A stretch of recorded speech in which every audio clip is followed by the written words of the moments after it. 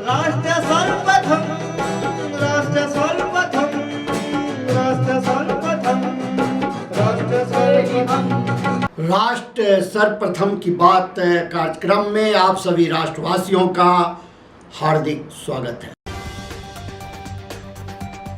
प्रधानमंत्री मोदी ने अपने मासिक रेडियो कार्यक्रम मन की बात की 110वीं कड़ी में कहा कि 8 मार्च को अंतर्राष्ट्रीय महिला दिवस देश की विकास यात्रा में नारी शक्ति के योगदान को सलाम करने का अवसर है। कांग्रेस की पूर्व अध्यक्ष राहुल गांधी की भारत जोड़ो न्याय यात्रा रविवार को उत्तर प्रदेश के आगरा पहुंची। गांधी की यात्रा के आगरा पहुंचते ही समाजवादी पार्टी के प्रमुख अखिलेश यादव इसमें शामिल हुए। पश्चिम बंगाल के उत्तर 24 परगना जिले के संदेश खाली में महिलाओं पर अत्याचार की कथित घटनाओं की जांच के लिए जा रही पटना उच्च न्यायालय के पूर्व मुख्य न्यायाधीश एल नरसिम्हा रेड्डी के नेतृत्व वाली एक स्वतंत्र तथ्यान्वेषी समिति के 6 सदस्यों को पुलिस ने हिरासत में ले लिया। कौशाम्बी जिले के महेवा गांव में पटाखा फैक्ट्री में आग लगने से 4 लोगों की मौत हो गई और कम से कम 16 लोग झुलस गए। उत्तर प्रदेश के अंबेडकर नगर से सांसद रितेश पांडे भारतीय जनता पार्टी में शामिल हो गए। बीजेपी दफ्तर में आयोजित एक कार्यक्रम के दौरान उन्होंने पार्टी का दामन थाम लिया।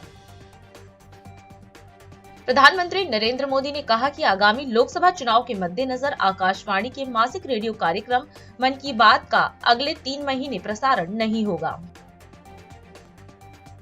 किसानों के दिल्ली चलो आंदोलन के मद्देनजर हरियाणा के 7 जिलों में करीब 2 सप्ताह पहले निलंबित की गई मोबाइल इंटरनेट सेवाओं को रविवार को बहाल कर दिया गया। मणिपुर पुलिस ने चुराचांदपुर जिले के 2 गांवों में तलाशी अभियान के दौरान भारी मात्रा में हथियार और गोला बारूद बरामद किया है। असम के मुख्यमंत्री हेमंत बिश्व शर्मा ने राज्य के निर्माण में महत्वपूर्ण भूमिका निभाने के लिए रविवार को मणिपुरी समुदाय के प्रति आभार व्यक्त किया। दिल्ली की कानून मंत्री अतिशी ने प्रमुख सचिव द्वारा जारी उस आदेश को अमान्य घोषित किया है जिसमें स्थायी वकील संतोष कुमार त्रिपाठी की बजाय दिल्ली उच्च न्यायालय के समक्ष दिल्ली सरकार का प्रतिनिधित्व करने के लिए एक अन्य वकील को अंतरिम आधार पर स्थायी वकील नियुक्त किया गया है। प्रधानमंत्री मोदी ने गुजरात के द्वारका में विभिन्न परियोजनाओं का उद्घाटन, लोकार्पण और शिलान्यास किया। इस दौरान सभा को संबोधित करते हुए प्रधानमंत्री ने भगवान कृष्ण की भूमि द्वारका को नमन किया, जहां उन्हें द्वारकाधीश के रूप में रखा गया है। प्रधानमंत्री ने सुदर्शन सेतु के उद्घाटन का उल्लेख किया और 6 साल पहले इसकी आधारशिला रखने को याद किया। भगवान श्री कृष्ण की कर्मभूमि द्वारका धाम को मैं श्रद्धा पूर्वक नमन करता हूँ। देवभूमि द्वारिका में भगवान कृष्ण द्वारिकाधीश के रूप में विराजते हैं। यहाँ जो कुछ भी होता है वो द्वारिकाधीश की इच्छा से ही होता है। साथियों, आज मुझे सुदर्शन सेतु के लोकार्पण का भी सौभाग्य मिला है। 6 साल पहले मुझे इस सेतु के शिलान्यास का अवसर मिला था। ये सेतु ओखा को बेट द्वारका द्वीप से जोड़ेगा। ये सेतु द्वारकाधीश के दर्शन भी आसान बनाएगा और यहाँ की दिव्यता को भी 4 चांद लगा देगा। जिसका सपना देखा, जिसकी आधारशिला रखी, उसको पूरा किया, यही ईश्वर रूपी जनता जनार्दन के सेवक मोदी की गारंटी है। सुदर्शन सेतु सिर्फ एक सुविधा भर नहीं है, बल्कि ये इंजीनियरिंग का भी कमाल है। और मैं तो चाहूंगा इंजीनियरिंग के, स्ट्रक्चरल इंजीनियरिंग के विद्यार्थी आकर के इस सुदर्शन सेतु का अध्ययन करें। ये भारत का अब तक का सबसे लंबा केबल आधारित ब्रिज है। मैं सभी देशवासियों को इस आधुनिक और विराट सेतु के लिए बहुत बहुत बधाई देता हूँ। आज जब मैं सुदर्शन सेतु को देख रहा तो कितनी ही पुरानी बातें भी याद आ रही है। पहले द्वारका और बेट द्वारका के लोगों को, श्रद्धालुओं को फेरी बोट पर निर्भर रहना पड़ता। पहले समंदर और फिर सड़क से लंबा सफर करना पड़ता था। यात्रियों को परेशानी होती थी और अक्सर समंदर की ऊंची लहरों के कारण कभी-कभी बोट सेवा बंद भी हो जाती थी। इससे श्रद्धालुओं को बहुत परेशानी होती थी। साथियों, मैं तब की कांग्रेस की केंद्र सरकार के सामने बार बार ये बातें रखता था, लेकिन कभी उन्होंने इस पर ध्यान नहीं दिया। इस सुदर्शन सेतु का निर्माण यह भी भगवान श्री कृष्ण ने मेरे ही भाग्य में लिखा था। मुझे खुशी है कि मैं परमात्मा का आदेश का पालन करके इस दायित्व को निभा पाया। इस पुल के बनने से अब देश भर से यहां आने वाले श्रद्धालुओं को बहुत सुविधा होगी। इस पुल की एक और विशेष बात है, इसमें जो शानदार लाइटिंग हुई है उसके लिए बिजली पुल पर लगे सोलर पैनल से ही जुटाई जाएगी। सुदर्शन सेतु में 12 टूरिस्ट गैलरी बनाई गई है। आज मैंने भी इन गैलरियों को देखा है। ये अद्भुत है, बहुत ही सुंदर है, सुदर्शन ही है। इनसे लोग अथाह नीले समंदर को निहार पाएंगे। साथियों, आज इस पवित्र अवसर पर मैं देवभूमि द्वारका के लोगों की सराहना भी करूंगा। यहां के लोगों ने स्वच्छता का जो मिशन शुरू किया है, और मेरे पास लोग सोशल मीडिया से वीडियो भेजते थे कि द्वारिका में कितनी जबरदस्त सफाई का काम चल रहा है।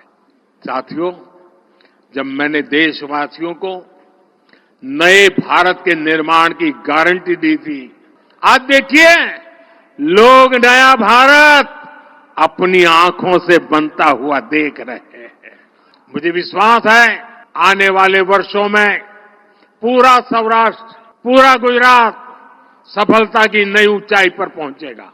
द्वारकाधीश का आशीर्वाद हमारे साथ है। हम मिलकर सौराष्ट्र को, गुजरात को विकसित बनाएंगे।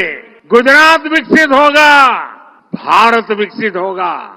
एक बार फिर इस भव्य सेतु के लिए मैं आप सभी को हृदय से बहुत बहुत बधाई देता हूं, आपका अभिनंदन करता हूं। और अब मेरी द्वारका वालों से प्रार्थना है, अब आप अपना मन बना लीजिए, दुनिया भर से टूरिस्ट कैसे ज्यादा से ज्यादा आए। उत्तर प्रदेश लोक सेवा आयोग, उत्तर प्रदेश अधीनस्थ सेवा चयन आयोग एवं विद्युत सेवा आयोग द्वारा निष्पक्ष एवं पारदर्शी भर्ती प्रक्रिया के अंतर्गत कुल 1782 पदों हेतु चयनित अभ्यर्थियों को नियुक्ति पत्र वितरित कार्यक्रम का आयोजन किया गया। इस अवसर पर मुख्यमंत्री योगी आदित्यनाथ भी कार्यक्रम में मौजूद रहे। सीएम योगी ने कार्यक्रम को संबोधित करते हुए कहा कि मिशन रोजगार के अंतर्गत प्रदेश के लगभग 1800 युवा प्रतिभाओं को प्रदेश के अलग अलग विभागों के लिए नियुक्ति पत्र दिया गया है। उन्होंने कहा कि पीएम मोदी का विजन डबल इंजन सरकार का मिशन है। पारदर्शी तरीके से हर नौजवान को उसका अधिकार प्राप्त हो, सरकार इसके लिए पूरी प्रतिबद्धता के साथ कार्य कर रही है। आज मुझे प्रसन्नता है कि मिशन रोजगार के अंतर्गत प्रदेश के 1800 युवा प्रतिभाओं को प्रदेश के अलग अलग विभागों में, सिंचाई एवं जल संसाधन विभाग में, आवास विकास परिषद में, आयुष विभाग में, चिकित्सा स्वास्थ्य विभाग में, सचिवालय प्रशासन विभाग में, प्रशासनिक सुधार विभाग में, उत्तर प्रदेश पावर कारपोरेशन में, गृह विभाग में उन्हें आज नियुक्ति पत्र वितरण का एक कार्यक्रम यहाँ पे संपन्न हो रहा है। मैं प्रदेश के इन सभी अलग अलग विभागों के लिए चयनित युवा प्रतिभाओं को प्रदेश की सेवा में आने के लिए हृदय से स्वागत करता हूं और उनके परिवारजनों को और उन्हें हृदय से बधाई देता हूं। हम सब जानते हैं कि प्रधानमंत्री मोदी जी का जो विजन है वही हम सब का और डबल इंजन सरकार का मिशन भी है। स्वच्छता एवं पारदर्शी तरीके से हर नौजवान को उसका अधिकार प्राप्त हो सके, सरकार इसके लिए पूरी प्रतिबद्धता के साथ कार्य कर रही है। और उसी का परिणाम है कि पिछले 7 वर्ष के अंदर 6 लाख से अधिक युवाओं को हम लोगों ने अब तक प्रदेश के शासकीय विभागों में नौकरियां प्रदान कर दी हैं। नियुक्ति की प्रक्रिया सभी आयोग और बोर्डों के माध्यम से निरंतर जारी है। एक तरफ सरकारी विभागों में पूरी शुचिता और पारदर्शिता पूर्ण तरीके से नियुक्ति की प्रक्रिया को संपन्न किया जा रहा है, वहीं प्रदेश के अंदर नौकरी और रोजगार की नई संभावनाओं के लिए भी डबल इंजन की भारतीय जनता पार्टी की सरकार ने जो प्रयास प्रारंभ किए थे, आज उसके सार्थक परिणाम हम सबके सामने देखने को मिल रहे हैं। प्रदेश में सुरक्षा और कानून व्यवस्था की बेहतर स्थिति का परिणाम कैसे होता है, यह आज हम सबके सामने है। जब हम लोग देखते हैं कि जिस प्रदेश में कोई निवेश नहीं करना चाहता था, उस प्रदेश में देश भी और दुनिया भी आज निवेश करने के लिए आ रही है। आपने अभी पिछले दिनों देखा होगा, गत सप्ताह ही प्रधानमंत्री जी ने 10,24,000 करोड़ रुपए के निवेश के प्रस्तावों को जमीनी धरातल पर उतारा था, यानी उनका शिलान्यास का कार्यक्रम संपन्न हुआ। ये 10,24,000 करोड़ रुपए के निवेश के प्रस्ताव का जमीनी धरातल पर उतरने का मतलब आप जानते हैं, 34 लाख से अधिक नौजवानों को सीधे सीधे नौकरी। ये 34 लाख लोग पहले कहां जाते थे? देश के अंदर अलग अलग जगहों पर भटकते थे नौकरी के लिए। कोई महाराष्ट्र जाता था, कोई पंजाब जाता था, कोई बेंगलुरु जाता था, कोई गुजरात जाता था, कोई तमिलनाडु जाता था, कोई आंध्र प्रदेश जाता था। आज कहीं जाना नहीं है, बल्कि अपने ही राज्य में वह निवेश हो रहा है, अपने ही राज्य में उसको नौकरी मिलेगी। यह एक संभावना प्रदेश के अंदर तैयार कर दी गई। जब हम लोग ग्लोबल इन्वेस्टर समिट किए थे फरवरी 2023 में, तो हमें 40 लाख करोड़ रुपए के निवेश के प्रस्ताव प्राप्त हुए। पूरी दुनिया देख रही थी एक यूपी में क्या हो गया, इतना पैसा आ रहा है।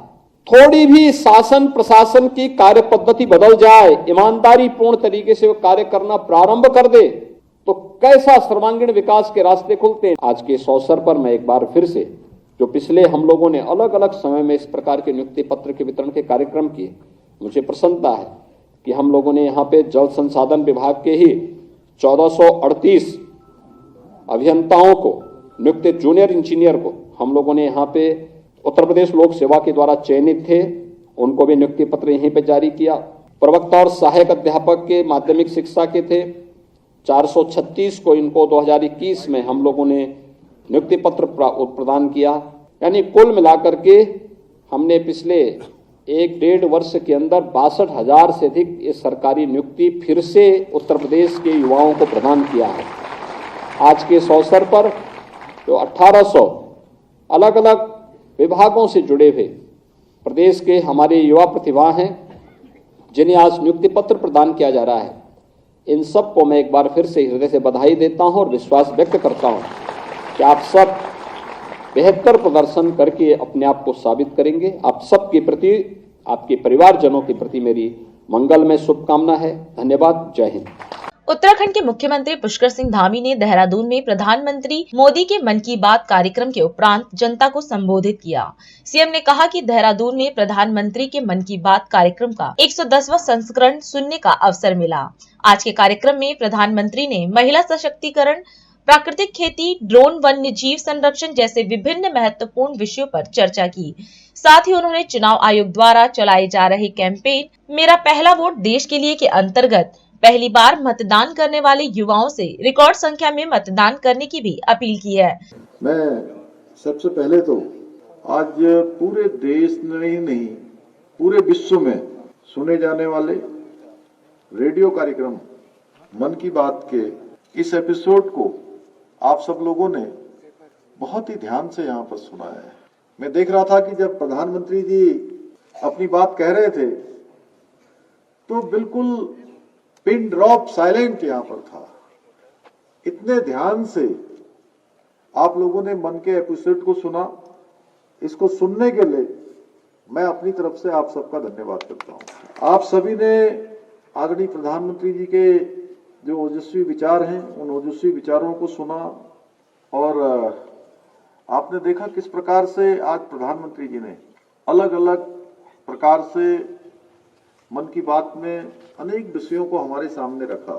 आगे हमारे नौजवानों के लिए उन्होंने जो फर्स्ट टाइम वोटर्स हैं उनके लिए भी संदेश दिया कि लोग तंत्र के महायज्ञ में अपना योगदान देना है। पहली बार वोट करने वालों को बड़ी संख्या में वोट देने के लिए अपनी आहुति देनी है, अपना योगदान देना है, अपने को सम्मिलित करना है। उसी प्रकार से अलग अलग लोगों के द्वारा हर एपिसोड में प्रधानमंत्री जी ने उन लोगों को आगे लाने का काम किया है जिससे समाज में काम करने वाले लोगों का प्रोत्साहन हो। लगातार जो लोग किसी न किसी क्षेत्र में बहुत विशिष्टता से काम कर रहे हैं, उनका प्रोत्साहन हो, उनको पहचान मिले और उनके प्रोत्साहन के कारण से उनके काम करने की जो सामर्थ्य है वो सामर्थ्य बढ़े, उनकी फ्रीक्वेंसी बढ़े, उनका हर प्रकार से मनोबल बढ़े। ऐसा प्रयास उन्होंने हर मन की बात में किया है। भाइयों बहनों, आदरणीय प्रधानमंत्री जी ने अपने ओजस्वी विचारों से और लोगों को बहुत नजदीक से दिल के छूने का काम किया है। उन्होंने हमेशा हृदय स्पर्शी बातें की हैं। आज हम सब भी इस बहुत ही ऐसा कार्यक्रम, इसका नाम तो मन की बात है, लेकिन ये मन की बात नहीं बल्कि ये देश के जन जन की बात है, देश के गौरव की बात है। मां भारती के यशगान की बात है, भारत के सम्मान की बात है। पूरे विश्व के अंदर भारत के मान सम्मान और स्वाभिमान को बढ़ाने वाली बात है। और हमारे देश के नागरिकों पर, जिन लोगों ने भी मन की बात को सुना है, एक बहुत सकारात्मक ऊर्जा का उनके अंदर प्रभाव हुआ है, सकारात्मक ऊर्जा बढ़ी है। हर क्षेत्र में काम करने वाले लोगों की शक्ति बढ़ी है। हमारे उत्तराखंड के भी अनेक जो हमारे पर्यटक स्थल हैं, हमारी महान विभूतियां हैं, हमारे यहाँ की सांस्कृतिक धरोहर है, उन सभी को इन कार्यक्रमों में माननीय प्रधानमंत्री जी ने हर एक कार्यक्रम में उनको कहीं ना कहीं सम्मिलित करने का काम किया है। इस कार्यक्रम में स्थान मिलने के बाद हमारे लोक संगीत, हमारी लोक संस्कृति से पूरे विश्व के लोग परिचित हुए हैं। मैं उत्तराखंड वासियों की तरफ से भी, आप सबकी तरफ से भी आदरणीय प्रधानमंत्री जी का अभिनंदन करना चाहता हूं, उनका धन्यवाद करना चाहता हूं कि उन्होंने अधिकांश किसी न किसी एपिसोड में हमारे उत्तराखंड के किसी न किसी स्थान को, किसी न किसी लोक संगीत को, किसी न किसी लोक संस्कृति को, यहाँ के बनने वाले उत्पादों को, यहाँ की विशिष्टता को अपने कार्यक्रमों में सम्मिलित किया है। वो हम सबको अपना परिवार मानते हैं, तो उनको तीसरी बार प्रधानमंत्री बनाना है और तीसरी बार जब वो देश के प्रधानमंत्री बनेंगे तो भारत जो 11वें नंबर से 5वें नंबर की अर्थव्यवस्था बना है, 5वें नंबर से तीसरे नंबर की अर्थव्यवस्था बनेगा और हमारा उत्तराखंड भी आगे बढ़ेगा, हर क्षेत्र में पूरा देश आगे बढ़ेगा। तो मैं एक बार फिर से आप सबका धन्यवाद करते हुए, आगे के लिए आप सबको शुभकामनाएं देते हुए मैं अपनी बात समाप्त करता हूं। बहुत बहुत धन्यवाद। अभी समय है एक ब्रेक का, हम चलते हैं ब्रेक पर, आप कहीं जाए नहीं, छोटा सा break. Powered by Kamal Buildtech Private Limited, fulfilling promises. With our professional team and experience of delivering projects, in past we guarantee you peace of mind and top quality work in an affordable price. और अधिक खबरों के लिए आप हमारे YouTube channel दैनिक India दर्पण को अभी सब्सक्राइब करें और नोटिफिकेशन के लिए बेल आइकन को प्रेस करना ना भूलें। राष्ट्र सर्वप्रथम की बात कार्यक्रम में ब्रेक के बाद एक बार फिर आप सभी राष्ट्रवासियों का स्वागत। पानी के बढ़े हुए बिल भुगतान को लेकर वन टाइम सेटलमेंट स्कीम के रुक जाने पर मुख्यमंत्री अरविंद केजरीवाल ने पार्टी मुख्यालय में कार्यकर्ताओं के साथ विरोध प्रदर्शन में हिस्सा लिया। इस मौके पर उन्होंने कार्यकर्ताओं को संबोधित भी किया। उन्होंने कहा कि दिल्ली में पानी के गलत बिल आने से तकरीबन 11 लाख परिवार परेशान हैं। हमारी सरकार पानी के इन गलत बिलों को ठीक करने के लिए स्कीम लेकर आई है, जिसे पास होने से रोका जा रहा है। सीएम ने दावा किया कि दिल्ली सरकार संघर्ष करेगी और इस स्कीम को लागू करवाकर ही रहेगी। दोस्तों, आज खचाखच भरा हुआ है अपना ये पूरा मैदान। इतनी भारी संख्या में आज दिल्ली के कोने कोने से आए हुए मेरे सभी साथियों को मेरा नमस्कार, सबको मेरा प्रणाम। कल मैं गोविंदपुरी गया था, कालका जी में, कई घरों में गया। लगभग हर दूसरे तीसरे घर में पानी का अनाप शनाप बिल आया हुआ है। छोटे छोटे घर थे 50-50 गज के, किसी का 2 लाख रुपए का बिल, किसी का 1 लाख रुपए का बिल, किसी का 30,000 रुपए का बिल, किसी का 50,000 रुपए का बिल। वो सामने दिखा रहे हैं, बिल दिखा रहे हैं, कई लोग लेके आए हैं, वो देखो कितने सारे लोग बिल दिखा रहे हैं। एक गरीब आदमी अगर 40-40 हजार 1-1 लाख रुपए के बिल आएंगे तो क्या खाएगा और क्या अपने बच्चों को खिलाएगा और क्या पढ़ाएगा बच्चों को। तो जाहिर तौर पे ये सारे बिल गलत हैं। और ये सारा सिलसिला शुरू हुआ कोरोना के टाइम में। कोरोना में चूंकि कोरोना चल रहा था, कई दिनों तक मीटर, कई महीनों तक मीटर रीडर मीटिंग लेने नहीं गए। उन्होंने दफ्तर में बैठ के कुछ भी रीडिंग भर दी, उसके बाद गलत बिल बन गया, उसमें फिर इंटरेस्ट लगने लग गया, फिर एलपीएससी लगने लग गई और अब लोगों का 2-2, 3-3 लाख रुपए का बिल बन गया। लगभग दिल्ली में 10.5-11 लाख परिवार ऐसे हैं जिनके गलत बिल आए हुए हैं। लगभग 11 लाख परिवारों के पानी के बिल गलत आए हुए हैं। मैं आज आपको कहना चाहता हूं, जिन जिन लोगों को लगता है कि उनका पानी का बिल गलत आया है, देखो अगर आपको लगता है पानी का बिल ठीक है तो भर देना, और अगर आपको लगता है पानी का बिल गलत आया है तो भरने की जरूरत नहीं है, केजरीवाल है। 11 लाख लोगों के पानी के बिल ठीक नहीं किए जा सकते। मतलब सौरभ भारद्वाज ने कैलकुलेट करा था 80 साल लग जाएंगे अगर 11 लाख लोगों के बिजली के बिल ठीक करे तो हमने एक स्कीम बनाई, वो स्कीम आप लोगों के सामने रख देता हूं। स्कीम ये बनाई भाई, पिछले 1 साल में, 2 साल में, 3 साल में, 5 साल में आपके कोई भी 2 बिल अगर ठीक आए हैं, ओके बिल, जो आपको लगता है, आप कहते हो भाई ठीक है, और जल बोर्ड को भी लगता भाई ठीक है, वो हम 2 या 2 से ज्यादा ओके बिल ले लेंगे, उसकी एवरेज निकाल लेंगे, और जो एवरेज आएगी उसको फिर जितने टाइम आपने बिल नहीं भरा उससे उसको मल्टीप्लाई करके आपका सारा बिल दोबारा बना देंगे। सही है कि नहीं है? अब अगर जब दोबारा बनाएंगे, वो एवरेज अगर आपकी 20,000 लीटर पर मंथ से कम आई तो आपका सारा 5-7 साल का बिल जीरो हो जाएगा। हमारा अपना ये मानना है कि लगभग 95% दिल्ली, जिन लोगों के गलत बिल आए हैं, 95% लोगों का जीरो पानी का बिल हो जाएगा।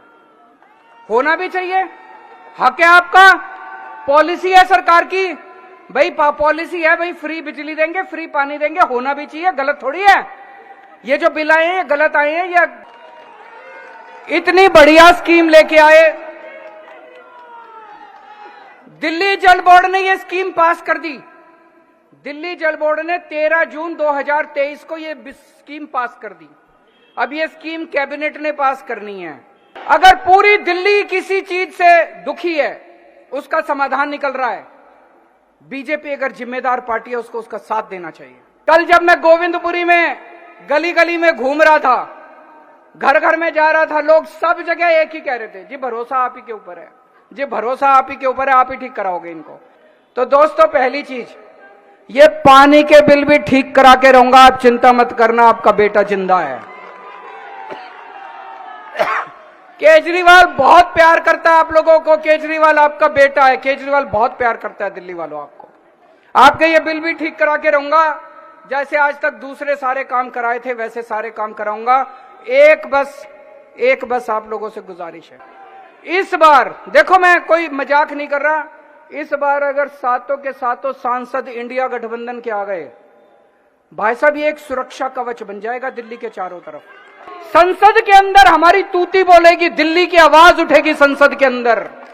आप ये 7 सीट दे दो मेरे को, लोकसभा चुनाव पूरे होने के 15 दिन के अंदर सारे बिल जीरो हो जाएंगे आप लोगों। उत्तर प्रदेश के अम्बेडकर नगर से बसपा सांसद रितेश पांडे रविवार को भाजपा में शामिल हो गए। पांडे ने नई दिल्ली स्थित भाजपा मुख्यालय में पार्टी की सदस्यता ग्रहण की। इस अवसर पर पार्टी के राष्ट्रीय उपाध्यक्ष बैजंत पांडा, राष्ट्रीय महासचिव तरुण चुग, उत्तर प्रदेश भाजपा के अध्यक्ष भूपेंद्र चौधरी और उप मुख्यमंत्री ब्रजेश पाठक प्रमुख रूप से मौजूद रहे। ब्रजेश पाठक ने रितेश पांडे का पार्टी में स्वागत करते हुए आशा व्यक्त की कि वे उत्तर प्रदेश में युवाओं को प्रधानमंत्री के विकसित भारत के लक्ष्य से जोड़ने का काम करेंगे। वहीं रितेश पांडे ने पार्टी नेतृत्व को धन्यवाद देते हुए उत्तर प्रदेश और खासकर उनके क्षेत्र में हुए विकास कार्यों का उल्लेख किया और विकसित भारत के संकल्प की दिशा में काम करने की बात कही। भारतीय जनता पार्टी के पक्ष में एक बहुत तेज बयार बह रही है और हालात ये हैं, जितने भी राजनीतिक और सामाजिक कार्यकर्ता हैं वह भारतीय जनता पार्टी में जुड़ना चाहते हैं, भारतीय जनता पार्टी की नीतियां और माननीय प्रधानमंत्री जी के नेतृत्व से प्रभावित होकर बड़ी संख्या में लोग भारतीय जनता पार्टी के साथ आना चाहते हैं। आज इसी कड़ी में एक बहुत ही महत्वपूर्ण व्यक्तित्व भारतीय जनता पार्टी परिवार में शामिल हो रहे हैं। आप सब जानते हैं रितेश पांडे जी को। रितेश पांडे जी बहुजन समाज पार्टी से उत्तर प्रदेश की अंबेडकर नगर सीट से सांसद हैं। आप उत्तर प्रदेश विधानसभा के भी सदस्य रहे हैं। आपके पिताजी भी अंबेडकर नगर से विधायक रह चुके हैं और आज भारतीय जनता पार्टी में शामिल हो रहे हैं। हम उनका अभिनंदन करते हैं, स्वागत करते हैं भारतीय जनता पार्टी के अंदर। रितेश पांडे जी के बारे में कुछ बातें आपके बीच में रखना चाहता हूं। रितेश पांडे जी वरिष्ठ सामाजिक कार्यकर्ता हैं और लोकसभा के अंबेडकर नगर से सांसद हैं।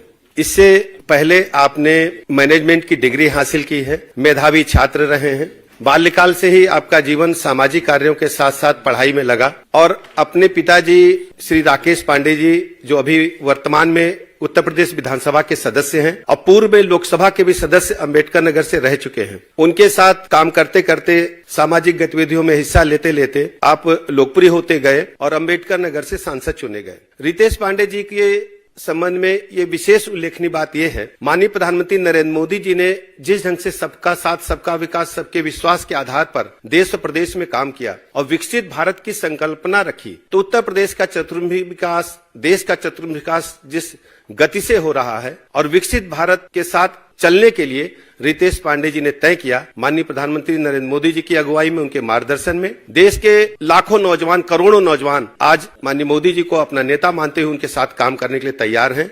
मैं रितेश पांडे जी का भारतीय जनता पार्टी परिवार में हृदय से स्वागत करता हूं, अभिनंदन करता हूं। मैं आप सभी लोगों का धन्यवाद देना चाहता हूं कि आपने मुझे आज भारतीय जनता पार्टी की प्राथमिकी सदस्यता ग्रहण करवाई है और मुझे भारतीय जनता पार्टी परिवार में आप लोगों में बड़े प्रेम और सम्मान के साथ जोड़ा है। मैं इसके लिए आप सभी लोगों का आभारी हूं। खास तौर से मैं देश के यशस्वी प्रधानमंत्री आदरणीय श्री नरेंद्र मोदी जी के विजन को देखते हुए जो विकसित भारत की एक कल्पना है, उसमें अपना सहयोग देने के लिए इस बड़े मिशन के साथ भारतीय जनता पार्टी के साथ जुड़ करके और उनके नेतृत्व में काम करने के लिए आगे आया हूं। मेरे क्षेत्र अंबेडकर नगर के अंदर ही हम देखने को पाते हैं कि Purvanchal expressway, Gorakhpur link expressway, दो इंडस्ट्रियल कॉरिडोर्स और उसी के साथ साथ 40,000 से ज्यादा आवास की प्रधानमंत्री आवास की उपलब्धि करवाना, ये सारी की सारी चीजें प्रत्यक्ष रूप से देखने को मिलता है कि एक विकसित भारत की यात्रा की तरफ हमारे क्षेत्र को बढ़ाने का काम कर रहा है, हमारे प्रदेश को बढ़ाने का काम किया जा रहा है। और इससे प्रभावित होकर के लोकसभा के अंतर्गत भी मैंने निरंतर पाया कि विपक्ष का रहने के बाद भी हमारी हर एक निवेदनों को स्वीकार किया गया, चाहे वो अयोध्या से लेकर के बनारस तक 4 लेन की बात रही हो और चाहे वो अंबेडकर नगर में रिंग रोड बनाने की बात रही हो। हमारे क्षेत्र को विकसित करने में कोई कसर नहीं छोड़ी गई है। मैं इसी के साथ साथ आदरणीय नड्डा जी का भी धन्यवाद देना चाहता हूं कि उन्होंने मुझे इस परिवार में जगह दिया है और उसी के साथ साथ मैं देश के गृह मंत्री जी का, जिन्होंने निरंतर मुझे इस पूरी जर्नी में अपना गाइडेंस देने का काम किया है, मैं उनका भी धन्यवाद देना चाहता हूं। और मैं आपको भरोसा दिलाता हूं कि पूरी तन्मयता से प्रदेश और देश की उन्नति के लिए आदरणीय प्रधानमंत्री जी के नेतृत्व में, भारतीय जनता पार्टी के सभी वरिष्ठ और छोटे बड़े कार्यकर्ताओं के नेतृत्व में, अपने जिले के सभी पदाधिकारियों के नेतृत्व में पूरी मजबूती के साथ, पूरी ईमानदारी के साथ आने वाले लोकसभा चुनाव में 400 पार सीटों को जिताने के लिए पूरी मेहनत और पूरी ताकत से मैं काम करने का काम करूंगा। बहुत बहुत धन्यवाद। और अधिक खबरों के लिए आप हमारे YouTube चैनल दैनिक इंडिया दर्पण को अभी सब्सक्राइब करें और नोटिफिकेशन के लिए बेल आइकन को प्रेस करना ना भूलें।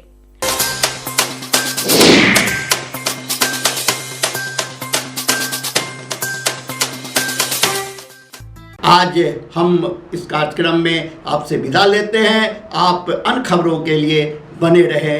राष्ट्र सर्वप्रथम, वंदे मातरम, जाग उठा है भारत। राष्ट्र सर्वप्रथम, राष्ट्र राष्ट्र सर्वप्रथम राष्ट्र सर्वप्रथम राष्ट्र सर्वप्रथम